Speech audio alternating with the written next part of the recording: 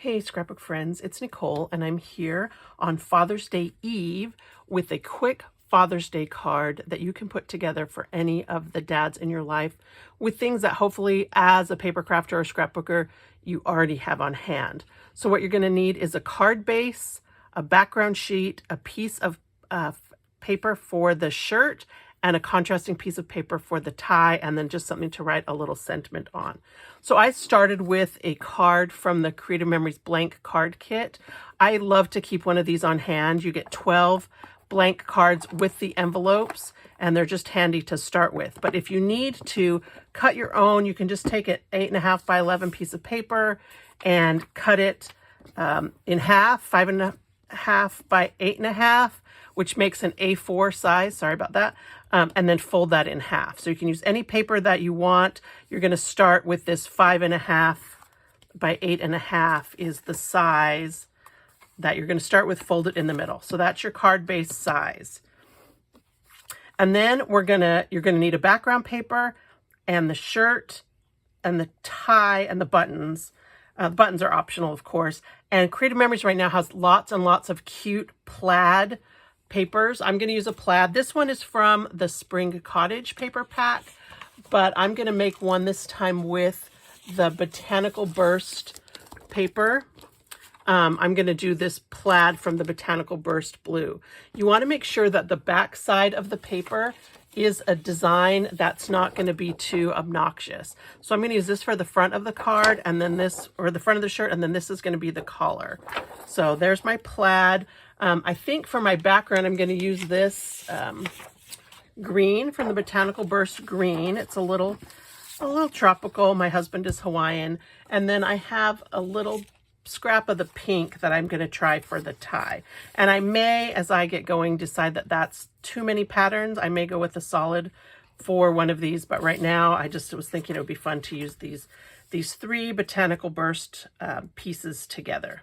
So the first thing we're going to do is cut the shirt using our plaid paper. And you want to cut a piece that is 4 by 5 inches for the shirt. So depending on what the size of your scrap of paper is, I'm going to cut this at 4, and then I'm going to turn and cut it at 5. Okay, so this is the base of your shirt piece. And then you want to take this and fold it in half. And it's okay if you have a little bit of a crease in the middle. That's not going to be a problem because we're going to cut the pieces to make this little collar fold. And so what you want to do is you want to take the folded edge and put this at the top of your trimmer. Put the edge at 1 inch, no, 3/4 of an inch, I think I decided. 3/4 of an inch. Actually, let me measure what I decided. I played around with a couple different ideas yesterday. Oh, I did 1 inch. I was right the first time. Okay, so put the edge at 1 inch. Remember that the fold, is up here against the top. So what we're going to do is we just want to cut half of this. So take your trimmer and position the blade so that the blade is going to start at the 1 inch line, which is right here. So on the Creative Memories trimmer, you can see that's by putting the blade housing at the 2 inch line. And there's the little ruler on there. And if you want to, you could just measure and cut this with scissors. But we're just going to cut half of this, just 1 inch off the cut edge. And then open this up. And here's our little plaid shirt. Then you take this point, outside point, and you fold it in to that center line. Oops, I did it the wrong way. I want to do it that way. Fold it into the center line.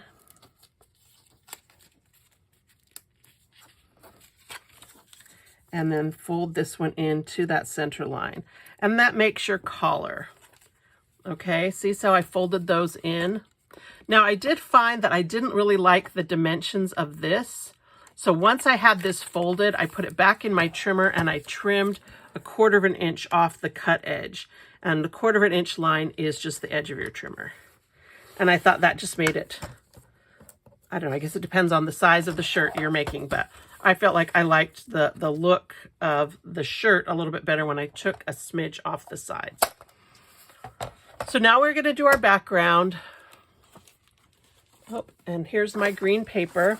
And for the background, you want this to be 4 inches by 5 1/4 inches. So same 4 inches right here. Whoops. Sorry, I pulled my camera down a little bit so you could have a closer view, but I'm having trouble staying on. 5 1/4 is right there. So that's going to be our background. And then for the tie, you just need a piece that's about, you know, I don't know, 3/4 inch wide at most. So this would be a great thing to do with a scrap, and about let's go 3 1/2 inches, so that gives us room to trim, because we're going to need 2 pieces.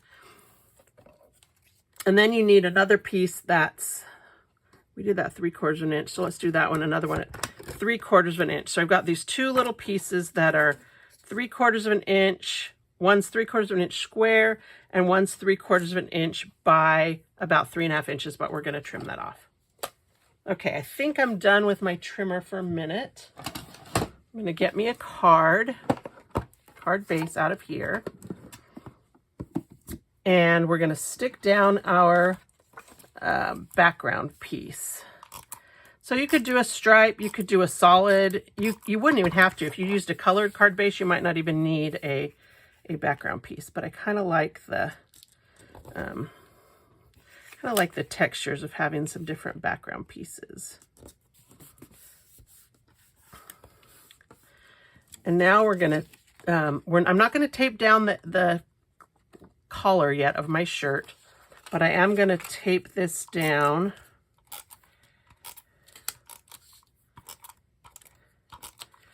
And because of this, it's on a pattern, you really don't see that line where we folded it.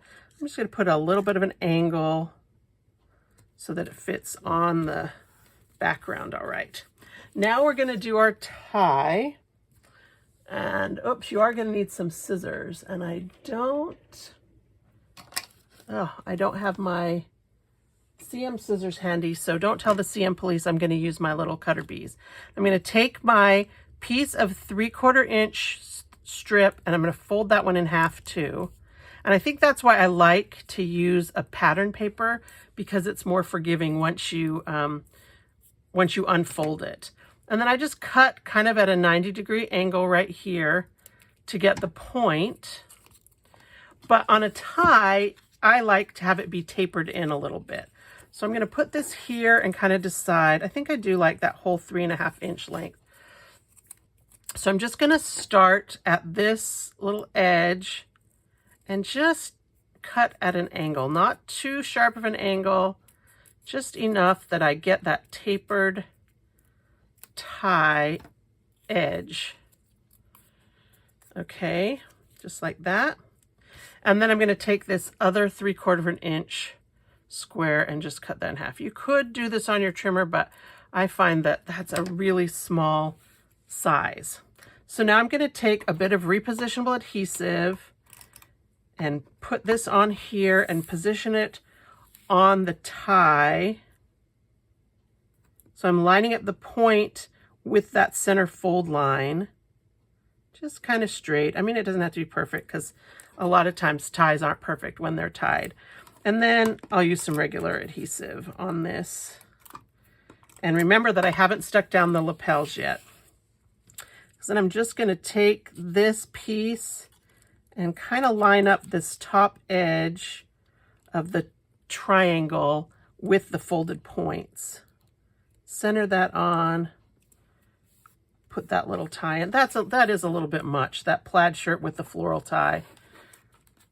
And then I like to use permanent adhesive, especially on a card, because it gets handled more than even a scrapbook page does. So there's our little shirt, and you could actually be done with it right here if you wanted to. I did like the idea of putting the little buttons on it. For this one, I think I want to try and get some little dark blue buttons, and I'm going to use the piece by piece. So this was the piece by piece punch trio set that was released a couple months ago with Out of This World. And it has this one that has just a circle. So it's about the size of a hole punch circle, maybe a little bit bigger. So you could just use a regular hole punch. But these are a little different because the slider's on the bottom to unlatch them. So I'm going to unlatch it. And then I'm going to take an extra little scrap of this paper. And because I want the blue, I'm just going to try and position this so that I get that dark blue in the circle. And then I'm going to cut 2 little buttons. And then use my repositionable adhesive and just make a little button on the shirt. And that was probably, you know, optional if you want to do this. I did kind of get this idea from some Father's Day cards that I saw on Pinterest. I didn't make this one up by myself. But there's my little card. You could take a pen and use a fine tip pen and put some little buttonholes in the button if you wanted to. And then all I did was take just a scrap of white paper. You know, I always like to use the white paper from the back of the card kits and just write a message.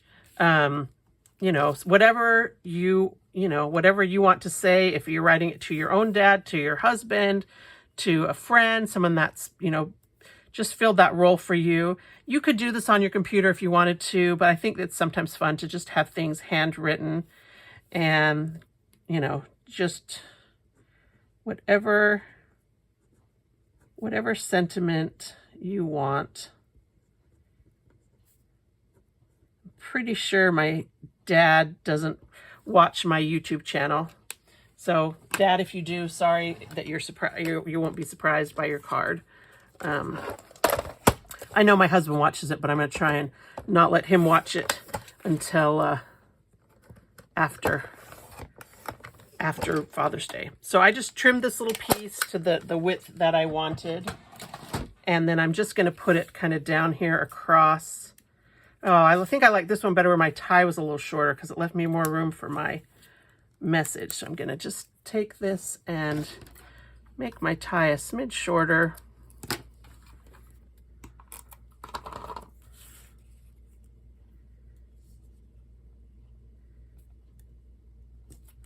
So that now I have room for my Father's Day message.